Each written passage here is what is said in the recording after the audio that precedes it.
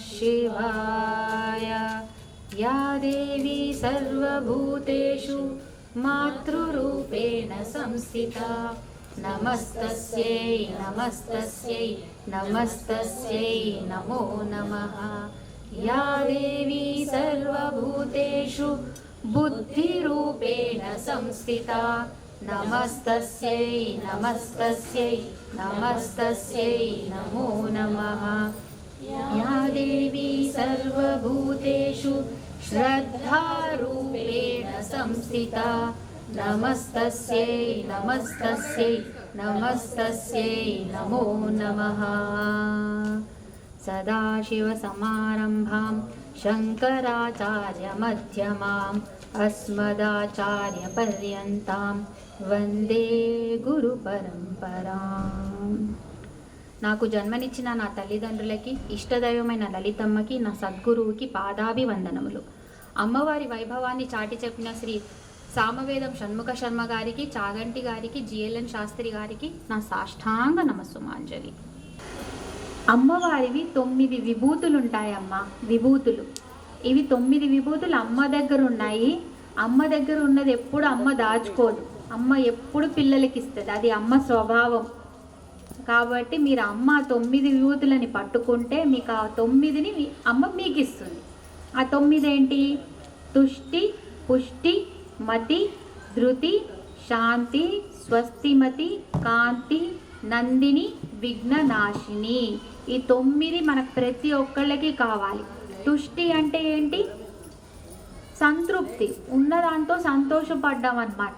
ఇప్పుడు మనం కొంతమందికి అలవాటు ఉంటుంది, ఫంక్షన్స్కి వెళ్తారు, ఫంక్షన్స్కి వెళ్ళి మన ప్లేట్లో వేసుకుంటారు, కానీ అవతలోడు ఏం తింటున్నాడు, అయ్యో అక్కడ కూర అయిపోతుందేమో, మనం కొంచెం ముందే వేసేసుకొని వద్దాం, మళ్ళీ మనం వెళ్ళేసరికి ఉండదేమో, అరే ముందు ప్లేట్లో ఉన్నది తినరా, నువ్వు అంతైనా తింటావో లేదో తెలియదు, కానీ పక్కనోడు ఎవడైనా వచ్చి తింటాడేమో, వాడికి అదంతా లేదు, ముందు నాకు కావాలి, మళ్ళీ ఏం చేస్తారు, ఆ ప్లేట్ అంతా సగం తినకుండా పడిపోతుంది। ఇదే ఫస్ట్, ఈ చిన్న చిన్నవే మనం చేసుకోవాల్సింది। నీకెంత కావాలంత వేసుకో, తృప్తిపడు।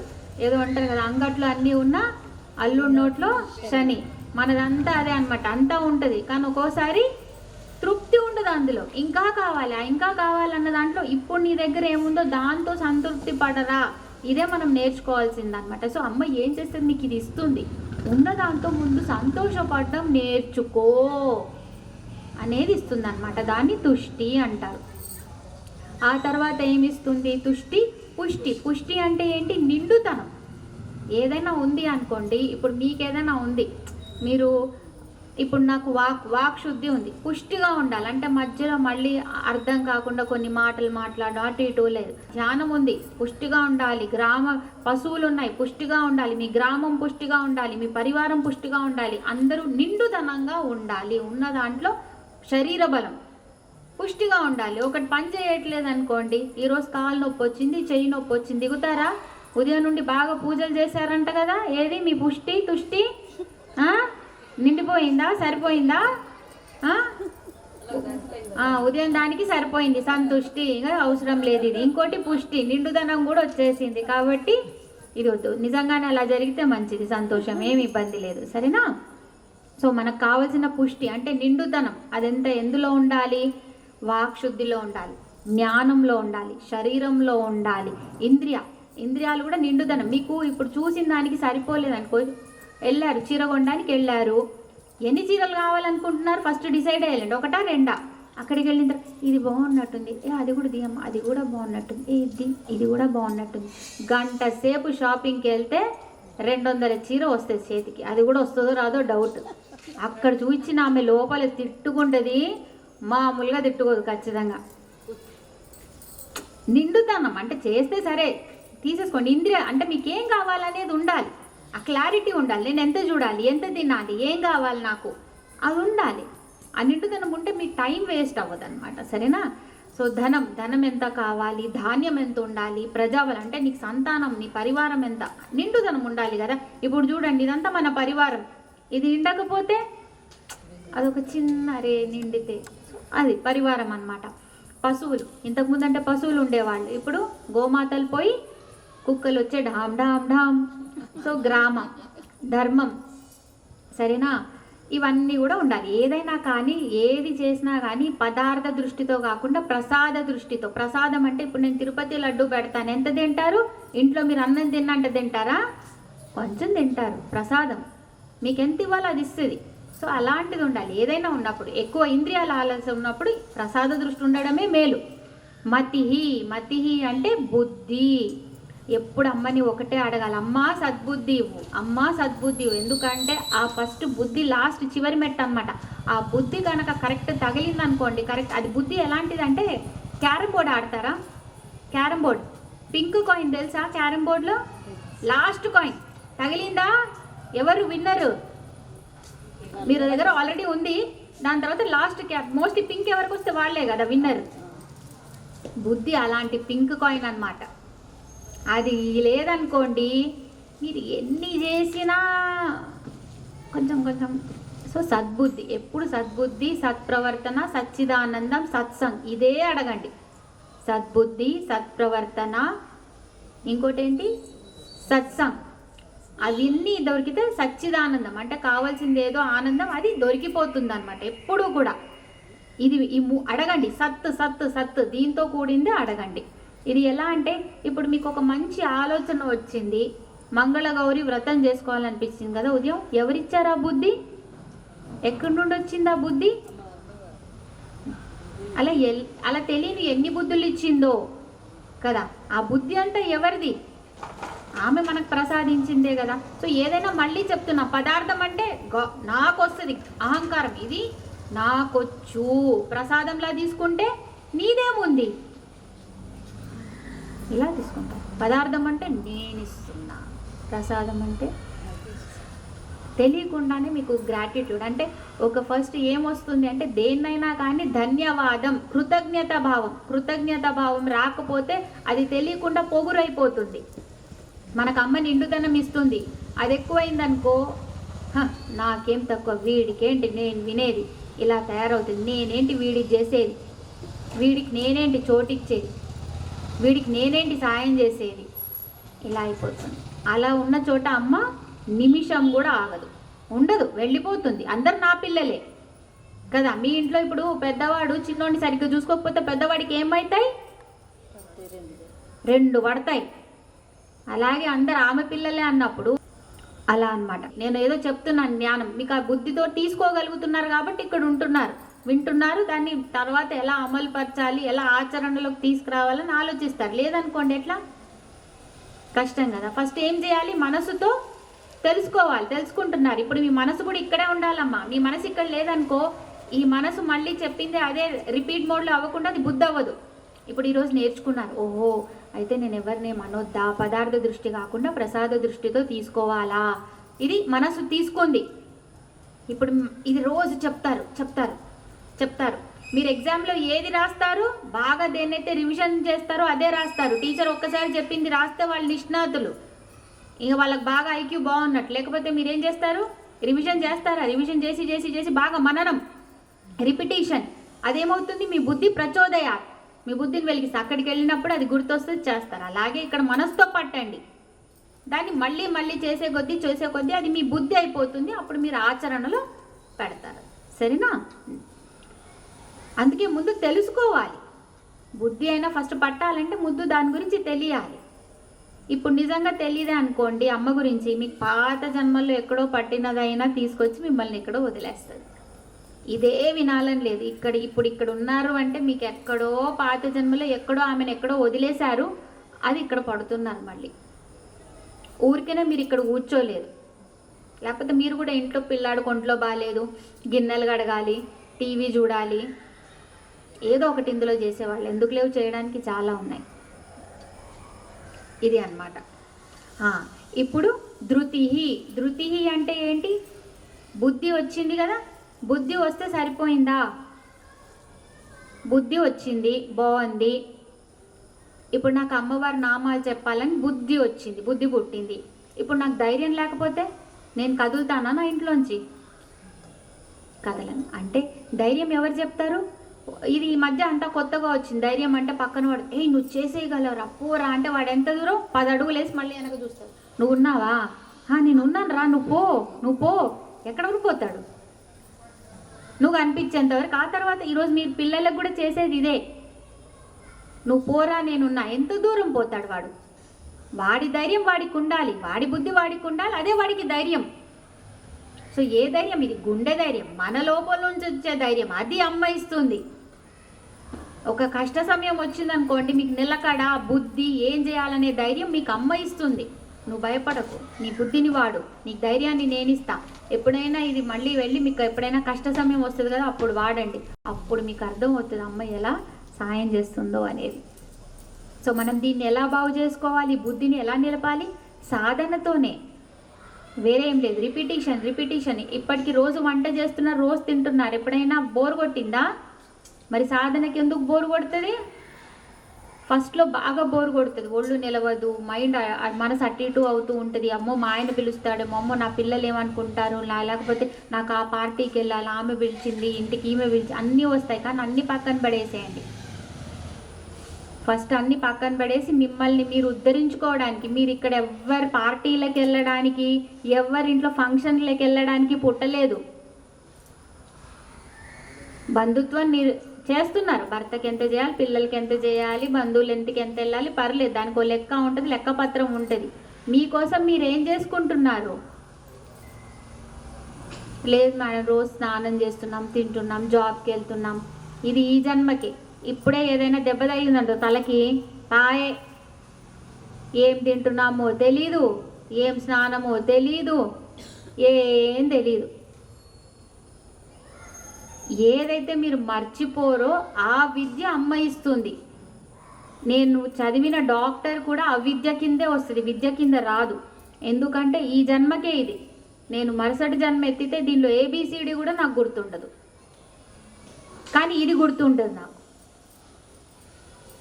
ఇక్కడెక్కడో నేను ఇది పట్టాను అమ్మని, ఇక్కడ వరకు వచ్చాను, ఇక్కడ నుంచి నన్ను తీసుకెళ్తాను. నేను ఎలాంటి పుట్టుకైనా అవ్వని, అది నాది, ఏమైనా అవ్వచ్చు, కానీ ఇది మాత్రం ఆపతాను, ఇక్కడ నుంచి తీసుకెళ్తా. అలాగే మీరు ఈరోజు ఇక్కడ ఉన్నారు కదా, ఇక్కడ నుంచి మిమ్మల్ని అమ్మ నెక్స్ట్ దానికే తీసుకెళ్తుంది, పైకి లెవెల్కి. కిందికి మాత్రం దింపదు, ఇందులో దింపదు, కిందికి పైకే తీసుకెళ్తుంది. జన్మల్లో దింపవచ్చు, పురుగులాగా చేయవచ్చు, గోవులా చేయవచ్చు, ఇంకేదో. అది మీ కర్మల అనుసంధానంగా ఉంటుంది, మీ కర్మలకు అనుగుణంగా ఉంటుంది. కానీ అమ్మ విద్య మాత్రం మీకు ఎప్పుడు పై మెట్టే, కింది మెట్టికి దింపదు. కర్మల అనుసారంగా మీ జీవయాత్ర కొంచెం కిందికి దిగవచ్చు. సో శాంతి, మనకు కావాల్సిందే ఇది, శాంతి శాంతి శాంతి. సో శాంతి అంటే ఏంటి? పేరా? శాంతి, పీస్ అంటే ఓర్పు. ఇంకా సహనం. శాంతి అంటే ఏంటి అంటే, అమ్మ లాస్ట్కి మీరు ఇవన్నీ చేయగా ఇది ఇస్తుంది మీకు. అంటే ద్వంద్వాలు లేని. ఈరోజు మా ఆయన నన్ను ఎంత బాగా వంట చేసినా తిట్టేసి వెళ్ళాడు, ఈరోజు మా ఆయన నన్ను సినిమాకి తీసుకెళ్తానని ఇంకా రాలేదు, వాళ్ళ అమ్మగారి ఇంటికి వెళ్ళాడు ఇంకా రాలేదు, నేను నాలాంటిదా హాస్పిటల్కి వెళ్ళి ఇంకా రాలేదు, నన్ను ఎక్కడ బయటికి తిప్పడానికి తీసుకెళ్ళట్లేదు, ఈరోజు పేషెంట్లు ఎక్కువైపోయారు, వావ్, ఈరోజు పేషెంట్లు తగ్గిపోయారు, అయ్యో, ఈరోజు నా పిల్లలకి జ్వరం వచ్చింది కాబట్టి నేను చెప్పను, అమ్మ నాకు నీ మీద కోపం వచ్చింది, నువ్వు నా పిల్లలకి జ్వరం ఎలా ఇస్తావు, నేను నీ గురించి చెప్తున్నా కదా, నువ్వు నాకు అన్నీ మంచిగా ఇవ్వాలి కదా, ఇది ఎలా చేస్తావు, నేను చెప్పను. అమ్మ ఈరోజు నేను చాలా సంతోషంగా ఉన్నానమ్మా, నీ గురించి ఇంకో 10 నామాలు ఎక్స్ట్రా చెప్తాను, జనాలు విన్నా వినకపోయినా పర్లే, నాకని నేను మాత్రం ఆనందంగా ఉన్నా, నేను చెప్తాను. ఇవా నేనేం చేశాను ఇక్కడ? సంతోషంగా ఉన్నవి కొన్ని చెప్పాను, బాధగా ఉన్నవి కొన్ని చెప్పాను. అంటే ఈ ద్వంద్వాలు ఉండొద్దు, ఎలా అయినా ఉండని. ఈరోజు నీ ఇంట్లో ఒకళ్ళు పుట్టారనుకో, మంచిది, సంతోషం. నిజంగా ఈరోజు ఎవరైనా నీకు బాగా కావాల్సిన వాళ్ళు లేరు, వదిలేశారు దేహం, పర్లేదు, వాళ్ళ జీవయాత్ర ఇంతవరకే. నిజంగా అది తీసుకోగలిగిన రోజు మీకు శాంతి. ఇంట్లో చిన్న చిన్నవి పైన కింద ఏమైనా అయ్యాయి, మీ స్వభావానికి విరుద్ధంగా ఏదో జరిగింది, మీ మెంటాలిటీ కాదది, మీ నేచర్ కాదది, కానీ ఇంకేదో విరుద్ధంగా జరిగింది. కానీ మీరేం మారారు? అమ్మ నామాలు విన్నారు కదా, అమ్మ శాంతి ఇస్తున్నా, మీరు మారుతారు. నేను చెప్తున్నాను, నేను ఇక్కడ కూర్చొని చెప్తున్నాను అంటే నేను ఊరికేనే అయితే చెప్పను కదమ్మా. కనీసం అంత నమ్మకం అయితే ఉందా? నా జీవితం మార్చింది అంటే ఇంకో 10 మందిది ఖచ్చితంగా మారుస్తుంది అనే దాంతోనే కదా నేను ఇక్కడ కూర్చున్నాను. లేకపోతే నేను నా ఇంట్లో కూర్చోవచ్చు కదా. మీరు నమ్మండి అంతే. మీ స్వభావాన్ని అంటే మీ సాధనకి అనుకూలంగా మారుస్తుంది. మీకు ఈ ద్వంద్వాలు లేకుండా చేస్తుంది. ఫస్ట్ వీడు మంచోడు, వీడు చెడ్డోడు, వీడు నావోడు, వీడు పరాయి ఓడు, ఇది ఎక్కువ ఇది తక్కువ, ఇవన్నీ లేకుండా చేస్తుంది. మీరు అన్నిట్లో కూడా ఒకటే చూడడం మొదలు పెడతారు. ఇంకోటి అలజడులు ఈరోజు ఉంటుంది కదా, ఈరోజు పని మనిషి రాలేదు. నిజంగా తెలుసా, నేను అమ్మ నామాలు పట్టిన తర్వాత ఏమైందంటే, ఫస్ట్లో నేను బాగా కొంచెం కోప్పడేదాన్ని. నాకు ఇంట్లో నాకు హెల్పర్గా ఎవరైనా రాలేదు, లేకపోతే వంట ఆమె లేకపోతే క్లినిక్లో ఎవరైనా ఇద్దరిలో ఒకరు రాలేదు, ఏం రారా, నేను వాళ్ళకి జీతం ఇస్తున్నా కదా, ఎందుకు రారు, టైంకి జావరా కదా, చెయ్యాలి కదా, నాకు పని ఉందని తెలీదా, అందుకే కదా నేను వాళ్ళని పెట్టుకున్నాను, లేకపోతే నేను చెయ్యలేక. ఇవి నా మాటలు, సరేనా. తర్వాత నేను రాను మేడం, ఈరోజు నాకు ఒంట్లో బాలేదు.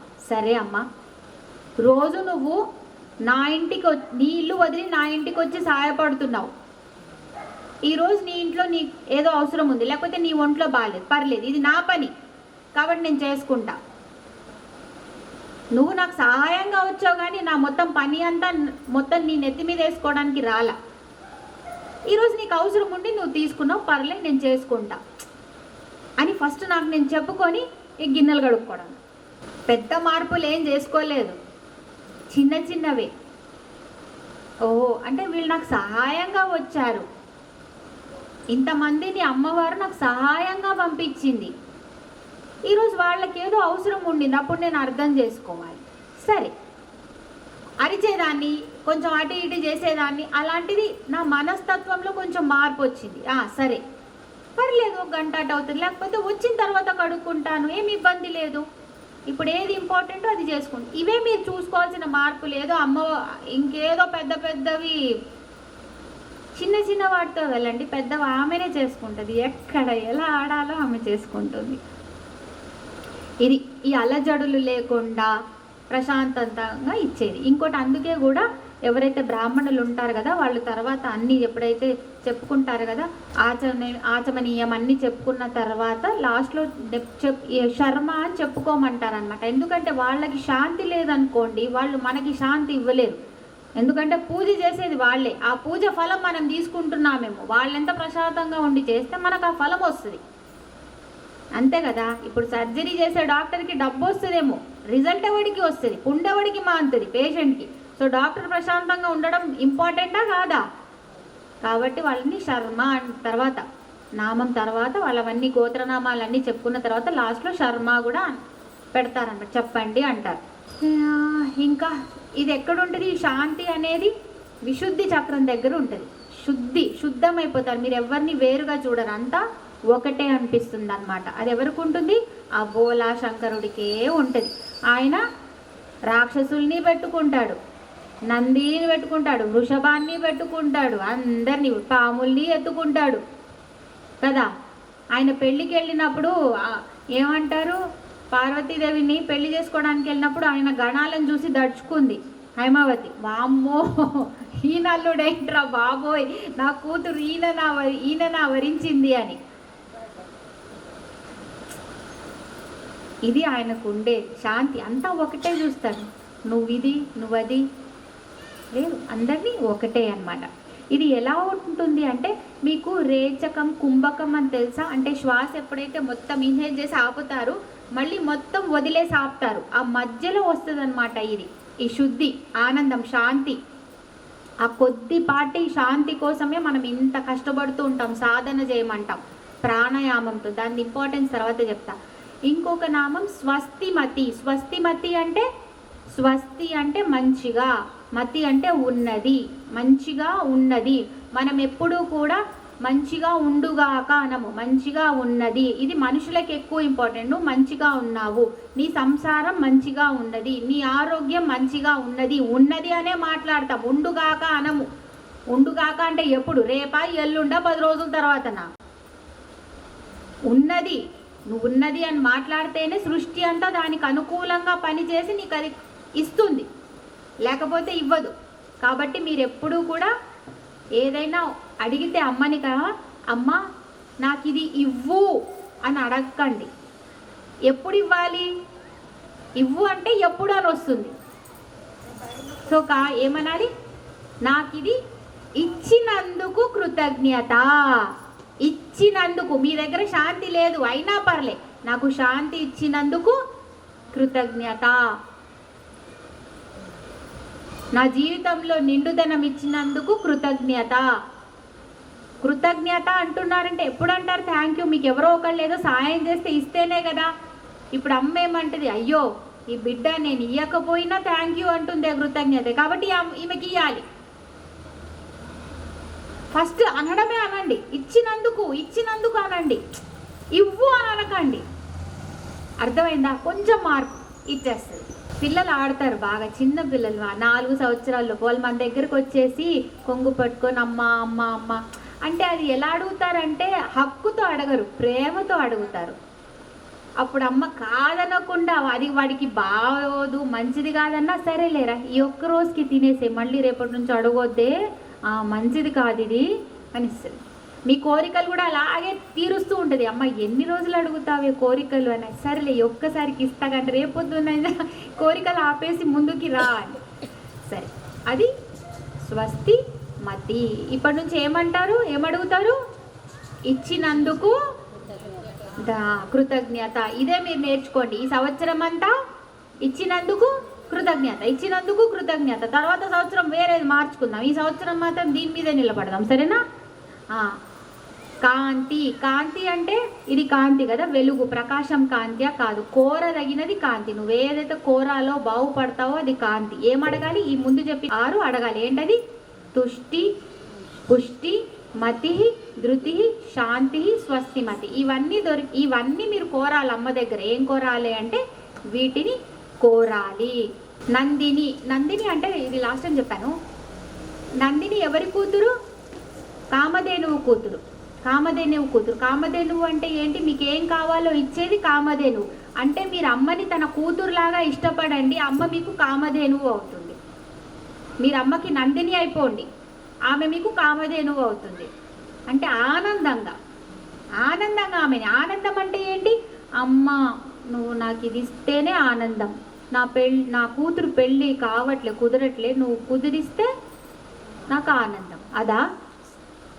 షరతులు ఉండొద్దు, కారణాలు చెప్పొద్దు. అది లేకుండా అమ్మ నాకు నువ్వంటే ఇష్టం, నాకు నీతో ఉంటే ఆనందం అని చెప్పండి. ఆమె మీ పాలిట కామధేనువు అవుతుంది, వరాలు కురిపిస్తుంది. ఫస్ట్ వదిలేయండి, తర్వాత వస్తుంది. ఇది ఎలా ఉంటుంది తెలుసా? ఎప్పుడైనా బావిలో నీళ్లు తోడారా? బావిలో నీళ్లు తోడారా? ఏం చేశారు? ఫస్ట్ ఖాళీది ఏం చేశారు? వదిలేశారు. ఆ తర్వాత నిండుగా నీళ్లు తోడారు. ముందు ఏం చేయాలి మీరు? అమ్మ దగ్గర ఆ బకెట్ వేసి వదిలేయాలి. ఆ తర్వాత అమ్మ ఇచ్చేవన్నీ తీసుకుని తీసేసుకోవాలి. సరేనా? ముందే మొత్తం బకెట్ నిండా ఇస్తే ఇంకా బావిలో నీళ్లు ఉన్నాయి, నువ్వు బకెట్ నిండి ఉంది, ఇంకెందుకు అమ్మకి కదా? ఖాళీ అయిపోండి ఫస్ట్. ఖాళీ అయిపోతే ఆమె మిమ్మల్ని నింపుతుంది, అది మామూలుగా నింపదు. అది. ఇంకొకటి నంది. ఇక్కడ ఉన్నది సింహం కానీ నంది ఎలా అయితే శివుడు ముందు ఎలా నిల్చుంటాడు? 3 కాళ్ళు కూర్చునే ఉంటుంది, ఒక కాలు మాత్రం ఎప్పుడు రెడీ. అంటే ఎప్పుడు పిలుస్తాడో మా అయ్య రెడీ. అంటే అంత మూర్ఖత్వం, అంత అలసట, అంత ఒక అలజడి ఉన్నది. నంది కూడా శివుడి దగ్గరికి వచ్చేసరికి ఒక అలర్ట్నెస్, అంటే ఎప్పుడు రెడీ దానిలో ఉంటుంది. అంటే మీరు కూడా దేవుడి సాధనలో ఉంటే ఎలా ఉండాలి అంటే రెస్టింగ్, అంటే ఇలా ఆయనకి పూజిస్తున్నాం అన్నట్టే ఉండాలి. నువ్వెప్పుడు పిలిచినా రావడానికి నేను సిద్ధంగా ఉన్నాను అన్నట్టు ఉండాలి. ఆయన పిలిచాడు, మీరు నిద్రలో జారుకున్నారు. ఎలా? ఇది తులసిదాస్కి అయ్యింది. రాముడు కావాలి, రాముడు కావాలి, రాముడు కావాలంటే కల్లోకి వచ్చాడు. ఒకసారి అయితే నిజంగానే ఎదురయ్యాడు, నిజంగానే. కానీ ఆయన ఏంటి, వేరే దాంట్లో ఉన్నాడు. కలే కదా అన్నాడు. ఇంకోటి కనిపించేది చిన్నపిల్లాడిలాగా వచ్చాడు కదా, ఈయన కాదేమో అన్నాడు. అంటే ఏం చెప్తుందంటే నంది, సాధన చెయ్యండి అంటే మొత్తం శాంతిగా ఉండండి, మిమ్మల్ని మీరు నిటారుగా, మిమ్మల్ని మీరు పీస్ఫుల్ స్టేట్లో కూడా పెట్టండి. కానీ అలర్ట్ అంటే ఆయన వచ్చినప్పుడు పసిగట్టేటట్టు కూడా ఉండండి. ఏ రూపంలో వస్తుందో ఎలా వస్తుందో తెలియదు, పసిగట్టలేదా వెళ్ళిపోతుంది. ఎప్పుడు చూస్తూనే ఉంటుంది ఎదురుగా, అటు ఇటు కూడా కదలదు. అంటే మీది కూడా భగవద్ దృష్టి ఎలా ఉండాలి, ఎప్పుడు అలా ఉండాలన్నమాట. అలా ఉన్నప్పుడు ఆయన కూడా ఎక్కడా కదలకుండా నీ ముందే కూర్చుని ఉంటాడు. ఒకళ్ళకొకళ్ళు ఎప్పుడు ఎదురు అయి ఉంటారనమాట. అలా ఉన్నప్పుడు నందికి దొరికేది ఏంటి, ఆనందం. ఆ నందీశ్వరుడికి ఏం దొరుకుతుంది, ఆనందం. అది ఫస్ట్లో ఏమి ఇవ్వకపోవచ్చు, మీకు బాగా కష్టాలు రావచ్చు, ఏదైనా పర్లే, కానీ వదలకండి. ఆమె దాంట్లోంచి కదా మనకు కొంచెం దొరికినా చాలు. ఆమె పడితే కదా వదలదు మామూలుగా, మీరు వదిలేస్తారేమో కానీ ఆమె వదలదు. మీరు ఎప్పుడైనా చూడండి, ఎగ్జిబిషన్కి వెళ్దామని పిల్లాడే అడుగుతాడు, కానీ పిల్లాడు ఎగ్జిబిషన్ చూసి బాగా అటు ఇటు తిరుగుతూ ఉంటాడు, మర్చిపోతాడు. కానీ అమ్మ ఏం చేస్తుంది, వాడు ఎంత పరిగెట్టినా ఏయ్ రా, ఎక్కడున్నా రా, పట్టుకుంటుంది. అలాగే మీరు ఒక్కసారి అమ్మ అని మీరు అమ్మని పట్టుకోండి, ఆ తర్వాత ఎగ్జిబిషన్ అంటే ఈ లోకంలో తిరగండి, అయినా మిమ్మల్ని వదలకుండా అమ్మనే చూసుకుంటుంది. ఇది తప్పు, ఇది ఒప్పు, ఇది వద్దు, ఇటు రా, నీకు నేను ఇస్తా కదా, ఇవన్నీ ఎందుకు, నువ్వు వీళ్ళతో ఉండకు, ఇది నీకు మంచిది కాదు. నేను చెప్తున్నానమ్మా, మీరు ఒక్కసారి అమ్మవారి సాధనలో వస్తే మీకు కొంతమంది మీ నుంచి దూరం అవ్వచ్చు, కానీ నీకు ఏది మంచో అదే చేస్తుంది. కొంతమందిని పరిచయం చేయవచ్చు. ఒక్కొక్కసారి ఏమవుతుంది తెలుసా, మీరు బాగా పనిచేస్తూ మీకు ఒక 2 రోజులు జ్వరం రావచ్చు, అది కూడా అమ్మ దయనే తీసుకోండి. ఎందుకంటే మీరు ఏం చేస్తున్నారంటే పనిలో బాగా పడి ఆమెను మర్చిపోతున్నారు. అప్పుడు ఆ జ్వరం ఇచ్చే ఇప్పుడు కూర్చో, నా గురించే రోజంతా గుర్తు చేసుకో అని ఇస్తుంది. నిజంగానే మీరు కష్టాల ఎంతవరకు ఇప్పుడు మీ పిల్లాడు ఉన్నాడబ్బా, ముందు ఏం చేస్తారు, ముందు ఎలా చెప్తారు, వద్దు అని మాటతో చెప్తారు. తర్వాత ఇండియాలో అయితే అలౌడ్, యుఎస్ఏలో అయితే పోలీస్ని పిలుస్తారేమో, కానీ ఇండియాలో అయితే 4 దెబ్బలు వేస్తారు కదా. ఆమె కూడా ఫస్ట్ ఏం చేస్తుంది అంటే చిన్నగా చెప్పి చూస్తుంది. వినలేదనుకో, రేపు పొద్దున్న మీకు ఏ కష్టం వచ్చినా ఆమె చెప్తున్నట్టే, ఇంకా ఆపు, ఇది వేరే దానికి ఏదో ఒకటి చెప్తుంది, దాని అర్థం ఉంది, దాని అర్థం పట్టండి. మీకు ఎన్నోసార్లు ఇస్తుంది అది, ఆ ఇండికేషన్లు ఎప్పుడూ ఇస్తుంది, అమ్మ నా దగ్గరికి రా అని. కానీ మనం వినకుండా ఏం చెప్తామంటే, ఈమె లేనే లేదు, ఈమె ఇన్ని కష్టాలు ఇస్తుంది కాబట్టి నేను నిన్ను వదిలేస్తా అంటాం. కష్టాలు వచ్చేవి ఆమె వైపు తిప్పడానికే తప్పించి ఆమె నుంచి ఇంకా దూరం చేయడానికి కాదు. విఘ్ననాశిని అంటే ఈ విఘ్నాలన్నీ మనకు భావాలనే ఉంటాయి. అంటే మన అజ్ఞానం విఘ్నమే, మన పాపాలు విఘ్నమే, ఇవన్నీ కూడా అమ్మ తొలగిస్తుంది. ఇప్పుడు మనకి పరిస్థితి బాగాలేదనుకోండి, వర్షం పడింది, ఎంతమంది వస్తారు, సగం తగ్గిపోతారు. అదే ప్రాబ్లం అంటారు, కొంతమంది ఇబ్బంది అంటారు, అమ్మో మేము రాలేమంటారు. ఇంకోళ్ళు అంటారు లేదు ఏమైనా కానీ నేనైతే అమ్మ నామాలు వినాల్సిందే అని వస్తారు. దానికి తగ్గట్టు ఫలితం కూడా ఏదో ఒకటి వాళ్ళకి దొరుకుతుంది. సో ఎవరైతే పరిస్థితుల్ని, వాళ్ళకి అనుకూలించని పరిస్థితులనే ఎవరైతే అవకాశాలుగా తీసుకుంటారో వాళ్ళే ఎదుగుతారు, బయటైనా లోపలైనా. అందుకే అమ్మని పట్టుకుంటే కూడా అమ్మ ఏదో మిమ్మల్ని ఈజీగా ఎక్కడ నన్ను తిప్పదు, మిమ్మల్ని తిప్పదు, ఎవరిని కూడా తిప్పదు. మొదటి విఘ్నం ఎప్పుడు బయట నుంచే వస్తుంది. రెండో విఘ్నం ఎవరవుతాం, మనమే. మన ఆలోచన, అమ్మో పిల్లి వచ్చిందా, పిల్లి వస్తే పర్లే, వచ్చింది ఒకసారి, పోయాం ఇంట్లో కూర్చున్నాం, నీళ్లు తాగమన్నారు, ఏదో అన్నారు, అన్నీ చేసాం. కానీ ఆ తర్వాత ఏమవుతుంది, పిల్లి ఎక్కడ కూర్చుంటుంది తెలుసా, నెత్తిలో కూర్చుంటుంది. వెళ్ళాం ఆఫీస్కి, ఫైల్ ఒకటి మిస్ అయ్యాం, పిల్లి వచ్చిందిగా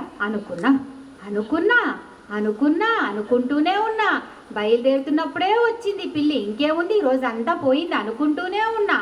ఇదే ఉంటుంది దారంతా ఇదే.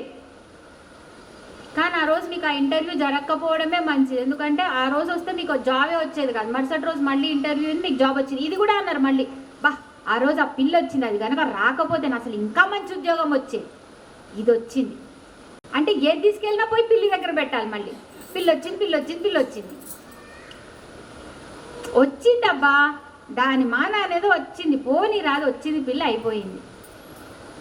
నువ్వు తప్పు చేసావు తెలుసా, నువ్వు తప్పు చేసావు, నువ్వు ఎందుకు చేసావో చెప్పు, నువ్వు తప్పు సరే నేను చేశాంట, నువ్వు ఎట్లా చేస్తావు, నువ్వు చేస్తావు. ఇది ఎక్కువ మొగుడు పెడ ఒప్పుకున్నాడు అట్లా కాదు. ఇప్పుడు ఎలా చేసావు చెప్పండి. కోపం వస్తే చూసావా నాకు అర్థమైంది, ఇంతే నువ్వు ఇంతే.